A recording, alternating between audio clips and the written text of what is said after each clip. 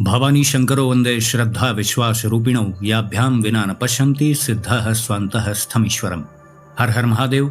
हार्दिक स्वागत करता हूं आप सभी भगवत प्रेमी दर्शकों का आपके अपने ही YouTube चैनल जगत पिता शिव में। भगवान श्री कैलाशेश्वर महादेव जी की कृपा से आप सभी स्वस्थ सकुशल और प्रसन्न होंगे, ऐसा मुझे विश्वास है। भैरवः पूर्ण रूपो ही शंकरस्य परात्मनः मूढ़ास्तं वै न जानन्ति मोहिताः शिव मायया।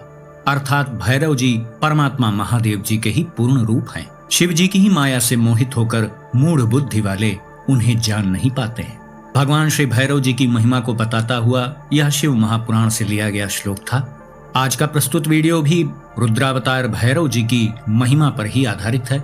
रुद्रावतार भैरव बाबा जी की महिमा तो सभी को पता है, लेकिन अधिकांश लोग उन्हें बहुत उग्र स्वभाव वाला देवता समझते हैं। यद्यपि यह बात सत्य भी है कि काल भैरव जी का स्वरूप बहुत उग्र है। भैरव बाबा के कई रूप हैं। एक बटुक भैरव नाम से उनका एक स्वरूप है, वह सौम्य स्वरूप में है। लेकिन आज हम इस वीडियो में काशी के कोतवाल रुद्रावतार काल भैरव जी की चर्चा करेंगे।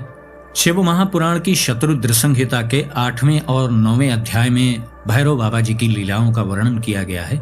यहाँ पर महादेव जी के अति प्रिय नंदी जी ब्रह्मा जी के पुत्र सनत कुमार जी को इस विषय में जानकारी दे रहे हैं।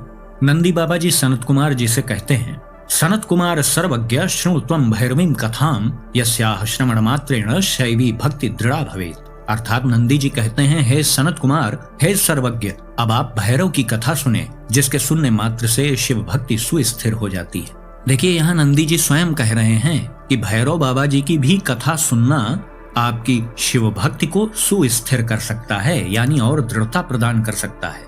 और मैं पहले भी आपको बता चुका हूं कि श्रावण का महीना तो विशेष रूप से कथा श्रवण के लिए ही है। और अभी जो मैंने वीडियो के प्रारंभ में श्लोक बोला, यही बोला था ना कि भैरवः पूर्ण रूपो ही शंकरस्य परात्मनः मूढ़ास्तं वै न जानन्ति मोहिताः शिव मायया। अर्थात भैरव जी परमात्मा महादेव जी के ही पूर्ण रूप हैं। उन्हें शिव जी से भिन्न नहीं समझना चाहिए। शिव जी की ही माया से मोहित होकर नादान लोग उन्हें पहचान नहीं पाते हैं। यह इस श्लोक का अर्थ है। आगे नंदी जी कहते हैं, सनत कुमार नो वेत्ति महिमानं महेशितुः चतुर्भुजोपि विष्णुर्वै चतुर्वक्त्रोपि वै विधि। अर्थात नंदी जी कहते हैं, हे सनत कुमार, चतुर्भुज विष्णु तथा चतुर्मुख ब्रह्मा जी भी महेश्वर की महिमा को नहीं जान पाते हैं। और इसमें कोई आश्चर्य भी नहीं है, क्योंकि शिव जी की माया दुर्गेय है। दुर्गेय का अर्थ क्या होता है? जिसे बहुत कठिनता से जाना जा सके या लगभग जानना असंभव ही है। उसी माया से मोहित होकर के ये सभी संसारी लोग उस परमेश्वर की पूजा नहीं कर पाते हैं। यहाँ पर इस श्लोक का यह मूल अर्थ है कि यदि यह संशय न हो तो संसार के सभी व्यक्ति क्यों शिव भक्ति नहीं करने लग जाते हैं? वह माया क्या है जो यहाँ पर वर्णन किया जा रहा है कि शिव जी की माया से ही मोहित होकर के सभी संसारी लोग उस परमेश्वर की पूजा नहीं करते हैं? तो जिस माया का यहाँ वर्णन किया जा रहा है वही तो संसार भर में व्याप्त है। यदि इस माया ने घेर न रखा होता व्यक्तियों को, तो इस संसार में जितने व्यक्ति हैं सब शिव भक्त क्यों नहीं बन जाते हैं? उसका मुख्य कारण यही है कि शैवीय माया ने ही उस वास्तविक ज्ञान को सांसारिक अज्ञान के द्वारा ढक रखा है। इसी माया से तो व्यक्ति मोहित होकर के मेरा तेरा अपना पराया इन सब में अपना अमूल्य समय गंवा रहा है। यदि इस माया का पर्दा न हो तो ये खेल ही खत्म हो जाएगा। ये जन्म मरण, ये लय प्रलय सब प्रभु का खेल मात्र है, उनकी क्रीड़ा मात्र है। परमेश्वर संसार को क्यों रचता है और फिर क्यों मिटा देता है? वो स्वामी है, उसका आनंद है, उसकी मौज है, जो मनाएगा वो करेगा। वो आपको अपने कर्तव्य पे ध्यान देना है। आप इस खेल में फंसे रह करके इस खेल का आनंद लेना चाहते हैं या इस खेल से मुक्त होकर के अपने स्वामी के पास जाना चाहते हैं? बहुत सीधी सी बात है। तो जो शिव जी की कठोर माया है उसी का वर्णन इस श्लोक में हुआ था। आगे नंदी जी कहते हैं, वेदयेद्यदिवात्मानं स एव परमेश्वरः तदा विदन्ति ते सर्वे स्वेच्छया नहि केपितम्। अर्थात यदि वे परमेश्वर स्वयं ही अपना ज्ञान करा दें तभी वे सभी सांसारिक लोग उन्हें जान सकते हैं। अपनी इच्छा से कोई महादेव जी को नहीं जान पाता है। देखिए, यह श्लोक भी बड़ा ही महत्वपूर्ण है। इसी श्लोक को सरल भाषा में गोस्वामी तुलसीदास जी ने रामचरितमानस में कहा है, सोई जानै जेहि देहु जनाई जानत तुम्हें तुम्हें हो जाई। यह बिल्कुल सत्य बात है कि परमेश्वर को वही जान सकता है जिसे परमेश्वर स्वयं जन्मा दे। सर्वगोपी महेशानो नेक्षते मूढ़ बुद्धिभिः देववत् बुध्यते लोके यो तीतो मनसाम गिराम। अर्थात यद्यपि महेश्वर सर्वव्यापी हैं, किंतु मूढ़ बुद्धि वाले उन्हें देख नहीं पाते हैं। वो वाणी एवं मन से परे हैं, उन्हें लोग मात्र देवता ही समझते हैं। मतलब यहाँ पर नंदी जी ये कह रहे हैं कि ना जान पाने के कारण, चूंकि आपकी जो बुद्धि है उसकी सीमा 3 गुणों तक ही है, गुणातीत सत्ता का आप इस बुद्धि के द्वारा ज्ञान नहीं प्राप्त कर सकते हैं। तो चूंकि महादेव जी के यथार्थ स्वरूप को एक साधारण व्यक्ति समझ नहीं पाता, तो वह उन्हें एक देवता जैसा समझने लग जाता है। ये बिल्कुल प्रमाणिक जो शिव महापुराण में श्लोक दिया गया है उसी का अर्थ मैं आपको बता रहा हूँ। अत्र इतिहासम वक्षे हम परमर्षे पुरातनम शृणुत्वम श्रद्धया तात परमम ज्ञान कारणम। अर्थात नंदी जी कहते हैं, हे सनत कुमार जी, इस विषय में पुराना इतिहास कह रहा हूँ। हे तात, आप उसको श्रद्धा पूर्वक सुनिए, वह परमोत्तम और ज्ञान का कारण है।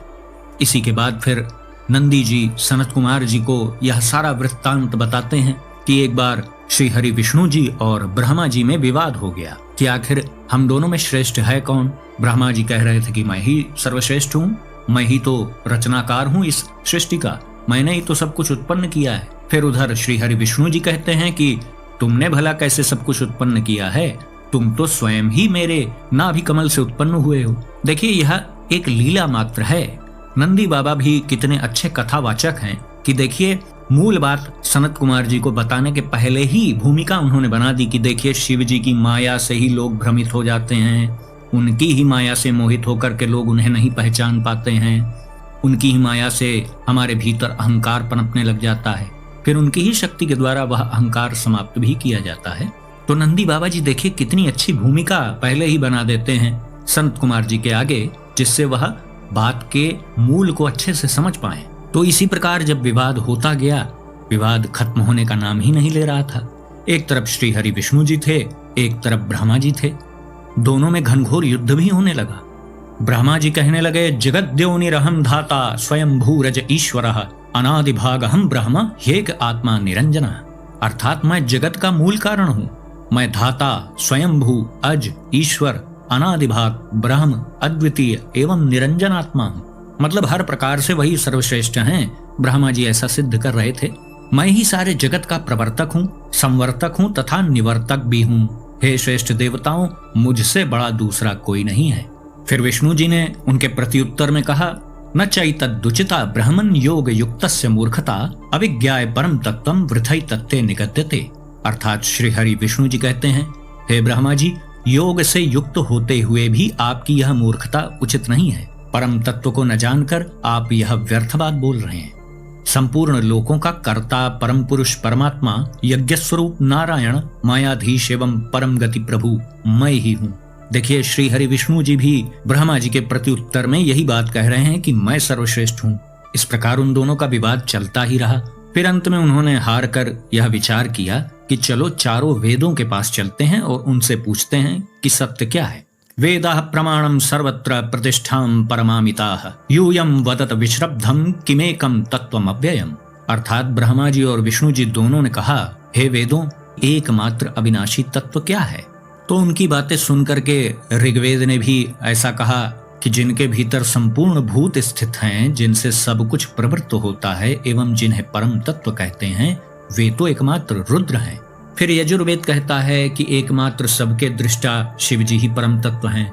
सामवेद कहता है एकमात्र त्रयंबकेश्वर शिव जी ही परम तत्व हैं।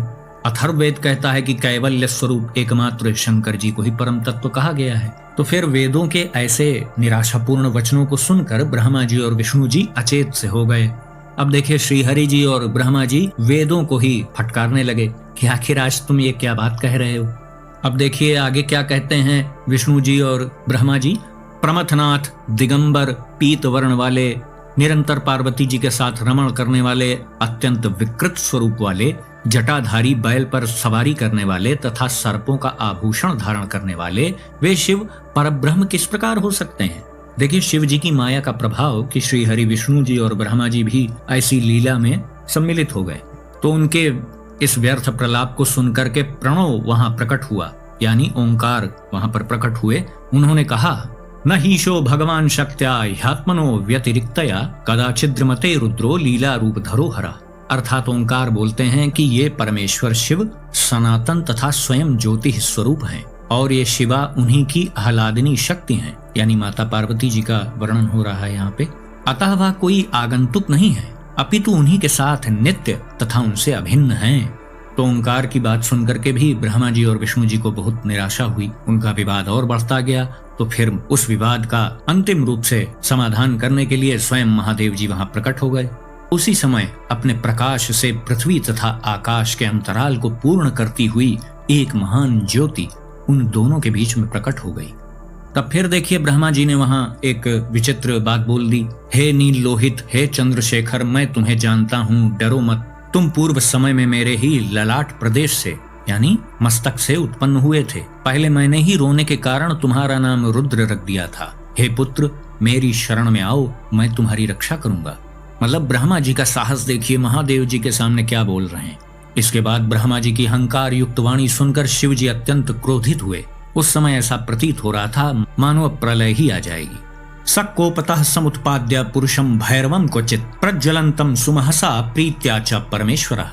अर्थात उसी समय परमेश्वर शिव अपने क्रोध के द्वारा परम तेज से दैदीप्यमान भैरव नामक एक पुरुष को उत्पन्न करके प्रेम पूर्वक उससे कहने लगे, प्राक् च पंकज जन्मासौ शाश्वते काल भैरव कालभद्रा जसे साक्षात काल राजास्ततो भवान। अर्थात महादेव जी कहते हैं, हे काल भैरव, सर्वप्रथम तुम इस पद्म योनि ब्रह्मा को दंड दो। तुम साक्षात काल के समान सुशोभित हो रहे हो, अतः तुम कालराज नाम से विख्यात होगे। तुम संसार का पालन करने में सर्वथा समर्थ हो, उसका भरण पोषण करने से तुम भैरव कहे गए हो। तुमसे काल भी डरेगा, अतः तुम काल भैरव कहे जाओगे। तुम रुष्ट होने पर दुष्ट आत्माओं का मर्दन करोगे, इसलिए सर्वत्र आमर्दक नाम से विख्यात होगे। यतः पापानि भक्तानां भक्षयिष्यसि तत्क्षणात् पाप भक्षण इत्येव तव नाम भविष्यति। अर्थात महादेव जी कहते हैं, तुम भक्तों के पापों का तत्काल भक्षण करोगे, इसलिए तुम्हारा नाम पाप भक्षण भी होगा। अब देख लीजिए, यहाँ प्रमाण सहित यह बात बिल्कुल स्पष्ट है कि भैरव बाबा जी के समक्ष खड़े हो जाना, उनके मंदिर में चले जाना ही कितने जन्मों का आपका संचित पाप कर नष्ट कर देता है। आगे भगवान शिव कहते हैं, या में मुक्तिपुरी काशी सर्वाभ्योपि गरीयसी आधिपत्यम च तस्यास्ते कालराज सदैव ही।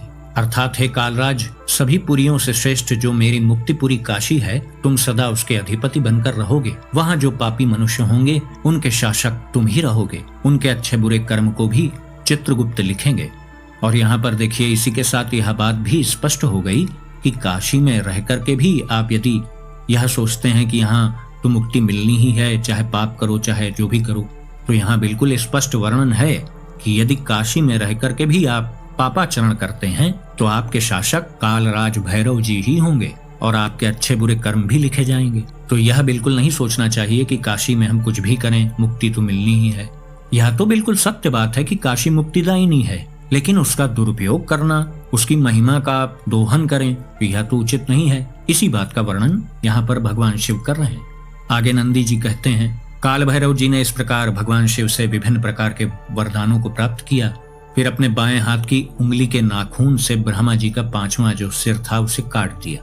अथ छिन्नम विधि शिरो दृष्ट्वा भीततरो हरिहि शतरुद्रीय मंत्रैश्च भक्ता तुष्टाव शंकरम। अर्थात इसके बाद ब्रह्मा जी के कटे हुए सिर को देखकर विष्णु जी भयभीत होकर शतरुद्रीय मंत्रों से भक्ति पूर्वक शिव जी की स्तुति करने लगे। परब्रह्म शिवः साक्षात् सच्चिदानंद लक्षणः परमात्मा गुणातीता इति ज्ञानम अवापतु। अर्थात उन दोनों को यह ज्ञान हो गया कि साक्षात शिव ही सच्चिदानंद लक्षण से युक्त परमात्मा गुणातीत तथा परब्रह्म है। जब तक अहंकार रहता है तब तक विशेष रूप से ज्ञान लुप्त रहता है। अहंकार का त्याग करने पर ही मनुष्य परमेश्वर को जान पाता है। विश्वेश्वर शिव अहंकारी के अहंकार का नाश करते हैं, क्योंकि वे गर्वापहारक कहे गए हैं। इसके बाद ब्रह्मा और विष्णु जी को अहंकार रहित जानकर परमेश्वर महादेव जी प्रसन्न हो गए और उन प्रभु ने उन दोनों को भय रहित कर दिया। इसके बाद प्रभु महादेव जी ने भैरव जी से कहा, त्वया मान्यो विष्णु रसौ तथा शतधृति स्वयं कपालम वैधसम वापी नील लोहित धारय। अर्थात भगवान महादेव जी कहते हैं, हे भैरव, ये ब्रह्मा और विष्णु तुम्हारे मान्य हैं। हे नील लोहित, तुम ब्रह्मा के कटे हुए इस कपाल को धारण करो और ब्रह्म हत्या को दूर करने के लिए संसार के समक्ष कपाल व्रत धारण कर तुम निरंतर भिक्षाचरण करो, यानी भिक्षाटन करो। इस प्रकार महादेव जी ने काल भैरव से आदेश किया और एक ब्रह्म हत्या नामक एक कन्या को उत्पन्न किया। और उससे कहा, तुम उग्र रूप धारण करने वाले इस भयंकर काल भैरव के पीछे पीछे तब तक चलो जब तक कि ये वाराणसी पुरी तक नहीं पहुंच जाते। इनके वाराणसी में जाते ही तुम मुक्त हो जाओगी। वाराणसी पुरी को छोड़कर सर्वत्र तुम्हारा प्रवेश होगा। नियोज्यतामिति तदा ब्रह्म हत्याम चताम प्रभु महाद्भुतश्च सशिवोप्यांतर्धानमगात्तता। अर्थात नंदी जी सनत कुमार जी से कहते हैं, वे परम अद्भुत प्रभु भगवान शंकर उस ब्रह्म हत्या नामक कन्या को आदेश देकर स्वयं भी अंतर्ध्यान हो गए। इसके बाद विश्वात्मा भैरव जी हाथ में ब्रह्मा जी का कपाल लेकर तीनों लोकों में घूमने लगे, लेकिन उस दारुण ब्रह्म हत्या ने कहीं भी उनका पीछा नहीं छोड़ा। प्रतितीर्थम भ्रमन्नापि विमुक्तो ब्रह्म हत्या अतः कामारी महिमा सर्वोपि ह्यवगम्यताम। अर्थात प्रत्येक तीर्थ में घूमते हुए भी वे ब्रह्म हत्या से नहीं मुक्त हुए। ऐसे ही भ्रमण करते करते एक बार भैरव जी अपनी इच्छा से ही विष्णु जी के निवास स्थान पर पहुंचे। उस समय महादेव के अंश से उत्पन्न हुए सर्प का कुंडल धारण किए त्रिनेत्र महाकाल तथा पूर्णाकार उन भैरव जी को आता हुआ देखकर गरुण ध्वज विष्णु जी तथा देवों मुनियों एवं देव स्त्रियों ने भी दंडवत प्रणाम किया। इसके बाद लक्ष्मीपति विष्णु जी ने उन्हें तत्वतः जानते हुए पुनः प्रणाम कर सिर पर अंजलि रखकर नाना प्रकार के स्तोत्रों से उनकी स्तुति की। इसके बाद विष्णु जी ने लक्ष्मी जी से कहा, हे प्रिय, हे कमल नयने, देखो तुम भी धन्य हो और मैं भी धन्य हूँ, जो कि हम दोनों को भगवान शिव साक्षात दर्शन देने आए हैं। मतलब विष्णु जी वहां पर भैरव जी को साक्षात शिव जी ही कहकर संबोधित कर रहे हैं। आगे विष्णु जी कहते हैं, ये सर्वज्ञ, सभी योगियों के स्वामी, सभी प्राणियों के एकमात्र नायक, सर्वभूतांतरात्मा एवं सबको सदा सब कुछ देने वाले हैं। आगे श्री हरि कहते हैं, धिक धिक पदम तु देवानां परम दृष्ट्वा न शंकरम लभ्यते यत्र निर्वाणम सर्व दुखान कृत्य। अर्थात देवताओं के उस पद को धिक्कार है जिन्होंने शंकर जी का दर्शन नहीं किया, जो समस्त दुखों का नाश करने वाले तथा मोक्षदायक हैं। यदि देव देवेश शिव का दर्शन कर हम सभी ने मुक्ति प्राप्त न की तो देवलोक में देवता होने से बढ़कर और कुछ भी अशुभ नहीं है। इसके बाद श्री हरि विष्णु जी भैरव बाबा जी का स्वागत करते हैं, उनकी स्तुति करते हैं। माता लक्ष्मी जी उन्हें मनोरथवती नाम की एक भिक्षा प्रदान करती हैं। इसके बाद भैरव जी भ्रमण करते करते काशीपुरी तक पहुंच जाते हैं। वहीं पर उनकी ब्रह्म हत्या का पाप भी विनष्ट हो जाता है और वहीं उनके हाथ से ब्रह्मा जी का 5वां सिर जो उन्होंने पकड़ रखा था वह वहीं गिर जाता है। इसके बाद से काल भैरव जी ने अपना स्थान काशी को ही सदा सदा के लिए चुन लिया। आज भी भगवान काल भैरव काशी में विद्यमान है। भगवान श्री काशी विश्वनाथ जी के दर्शन के साथ ही काल भैरव जी का दर्शन करना भी बहुत अनिवार्य है। रविवार और मंगलवार को आप भैरव जी का दर्शन कर सकते हैं। उनके मंदिर में आप दीपक जला सकते हैं। जीवों की सेवा से भी भैरव जी बहुत प्रसन्न होते हैं। जिन्हें कुछ भी नकारात्मक शक्तियों का भय हो, अकारण ही उन्हें भय लगता हो या आत्मविश्वास की कमी महसूस करते हो तो श्री काल भैरवाष्टकम का आप पाठ कर सकते हैं। सड़क पर घूमने वाले कुत्तों को आप नियमित रूप से कुछ खाने को मीठा पदार्थ दे सकते हैं। इससे भी भैरव जी बहुत प्रसन्न होते हैं। अज्ञानता के कारण ही लोग भैरव बाबा जी के स्वरूप से भयभीत होते हैं। जो व्यक्ति भगवत प्राप्ति के मार्ग में चल रहा है, जो महादेव जी की भक्ति में निमग्न है, भैरव बाबा जी उसके लिए सदैव शुभप्रद हैं और ऐसे भक्तों पर उनका वरद हस्त सदैव बना रहता है। भैरव जी की महिमा को पूर्ण रूप से कोई बखान कर नहीं सकता है। तो आज का वीडियो हम यहीं समाप्त करते हैं। आशा करता हूँ जो भी जानकारी आपको दी गई वो आपको अच्छी लगी होगी। यदि वीडियो आपको पसंद आया तो इसे लाइक करें, अपने मित्रों बंधु बांधवों के साथ शेयर करें। कृपया चैनल को भी सब्सक्राइब करें और बेल आइकन को भी अवश्य प्रेस कर दीजिएगा। तो भगवान श्री विश्वेश्वर महादेव जी से मैं ऐसी प्रार्थना करता हूँ कि वो आप सभी को सदा सुखी, स्वस्थ और ऊर्जावान बनाए रखें। मिलते हैं अगले वीडियो में एक नई और उपयोगी जानकारी के साथ। तब तक के लिए आप सभी भगवत प्रेमी भक्तों को हर हर महादेव।